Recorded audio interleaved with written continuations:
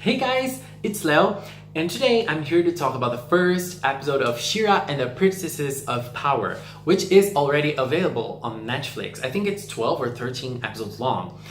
In my channel, I want to do like a series of impression videos on each episode, so I'm going to try to keep this very short. But before I talk about the episode itself, I just want to say that being a 90s kid, I was born in the late 80s, and so I'm a 90s kid and I was raised in the 90s, and She-Ra aired here in Brazil in the 90s. So I was a very young kid. You know, she's like one of the first gay inspirations of my life. And I think that when I was a kid, I loved her. I really loved her because she was powerful, she was beautiful, she was a goddess, you know, she was a diva. But I don't remember much of it. Basically, I remember nothing of it. I just remember her design and, you know, how diva she was. That's the only thing I remember. But I really liked the design of the new She-Ra. So when it was announced, I got really excited, and I think that I thought at the time, this is going to be very different from the original. This is going to be something new. This is going to bring some new life into She-Ra and into her story. And I think that, you know, having a different twist to a show is almost always good. And I think that in this case, they got it right.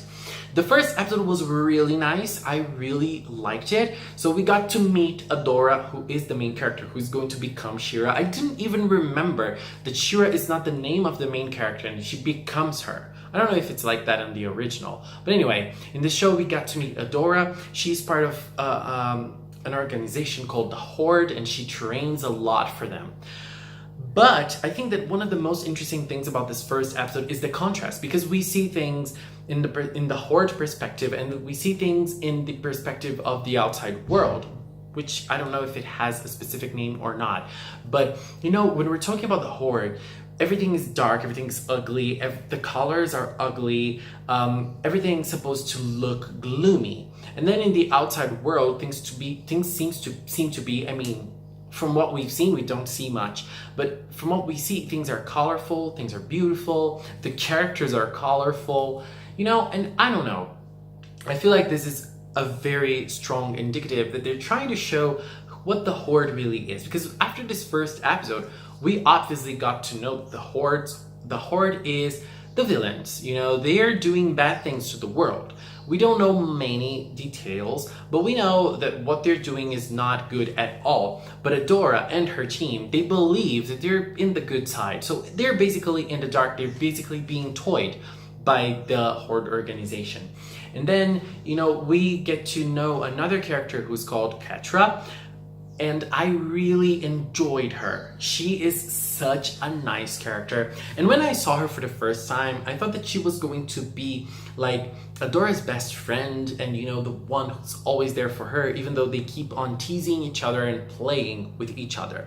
But after Adora got promoted, I think that their relationship is going to be more like friends and rivals at the same time, because it seems that Adora and, you know, she's very prestigious and she's very talented, and that sparks some kind of jealousy inside of Catra. And, you know, Catra cannot be the same as her. She plays to the beat of her own drum. You know, she's basically following her own rhythm. She's basically just being herself all times. She doesn't do anything to please other people. And Adora is very different from that. And then I feel like their relationship is going to be really interesting, because, you know, Catra, she gets really offended when Adora is the only one promoted and not the whole team that's been, you know, going along with Adora and training with her every time. And, you know, Catra got really offended with that. And, you know, I thought that if you are a good friend, you can actually get offended in a situation like that. You can get a little sad, but you have to be happy for your friend too.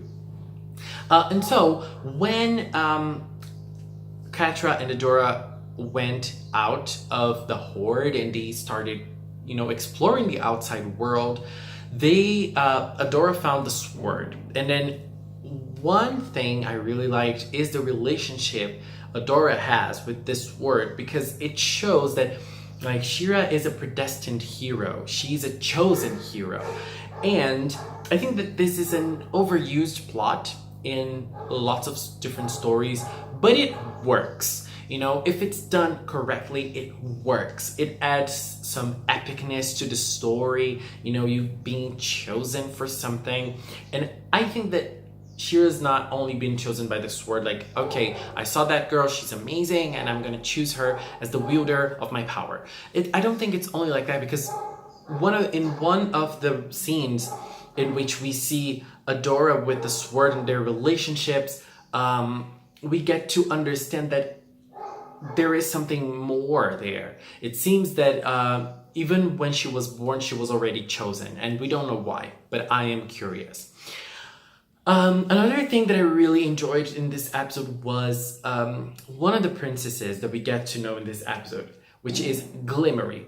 We get to know Glimmery in the best scene of this episode, in my opinion, which was when she was confronting the queen. The queen was actually confronting her for something that she did. And I thought, oh my god, the girl is going to get wrecked right at the start of confronting the queen. But then she started confronting the queen herself, and I was like, oh my god, girl, you're brave. And then we get to know that the queen is actually her mother, and that's why they're confronting each other. And it's a basic conversation between a mother and her teenage daughter.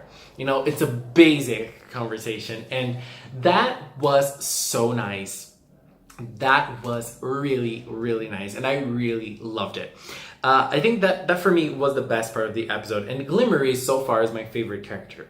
I really like Glimmery's design. I think she looks very cute. I like her colors. I like the stars that are in the under part of her hair, and I like her body type. You know, it's very refreshing to see a character like that, and I really enjoyed it. And then Glimmery also has a friend who's called Bo, and I liked their back and forth and their relationship as well. And then they end up on the woods, and Adora ends up on the woods together with them. And then they have a confrontation because Adora's from the Horde. And when they see she's from the Horde, they start talking horrible things about the Horde.